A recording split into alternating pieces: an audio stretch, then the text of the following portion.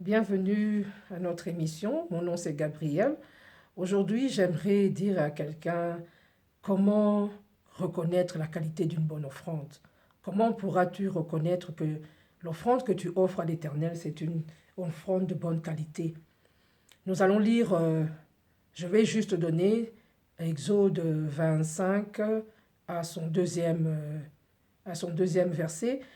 Le Seigneur parla aux enfants d'Israël, il parla à Moïse, il dit, pour la construction du tabernacle, voici ce que j'aimerais que les enfants d'Israël me donnent.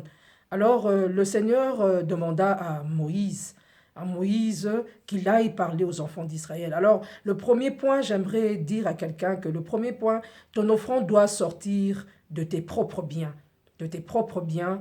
Si tu travailles, cela sort de ton salaire. Si tu fais des affaires, cela sort du bénéfice de tes affaires.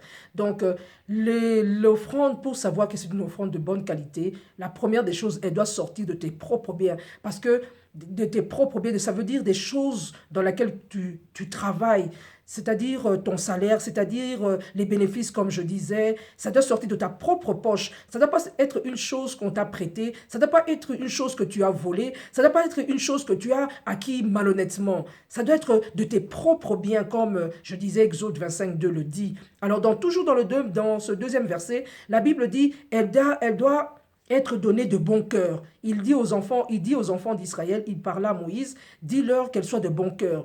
Donc, la deuxième, c'est que notre offrande, elle doit être donnée par notre cœur. Elle doit être un produit de notre cœur, de notre volonté, donc de notre volonté, sans qu'on nous pousse, sans qu'on nous intimide de le donner, non. Sans que notre cœur soit malheureux lorsque nous le donnons, non. Nous devons le donner avec joie. Nous le devons le donner lorsque nous donnons, je sais que ce que je veux offrir au Seigneur, ce que je veux donner au Seigneur, je l'ai préparé, je le donne de bon cœur. Donc, dans mon cœur, il n'y a pas de tristesse. Dans mon cœur, il n'y a pas de contrainte. Dans mon cœur, il n'y a pas un sentiment d'amertume parce que je donne au Seigneur. Non, je suis rempli de joie. Je dis ce que je donne au Seigneur, c'est quelque chose que je dois lui donner parce qu'il le mérite, parce qu'il en a droit, parce qu'il est mon créateur. Après tout, Dieu, il t'a donné le souffle de vie. Dieu, il t'a donné le corps que tu jouis. Dieu, il t'a donné la beauté. Dieu, il t'a donné peut-être les diplômes que tu as, les études que tu as faites ou le travail que tu as.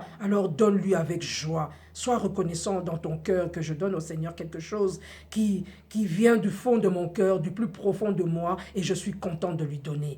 Et la troisième des choses, il leur a demandé de leur donner quelque chose de valeur, parce que nous le trouverons toujours dans Exode 25, à partir de son troisième verset jusqu'au huitième, il énumère ce qu'il devait donner au Seigneur. Il avait énuméré l'argent, il a énuméré l'or, il a énuméré le bronze, il a énuméré le diamant, les tissus de fin lin. Il avait énuméré plusieurs choses, vous pourrez le lire dans le verset que je vous ai donné.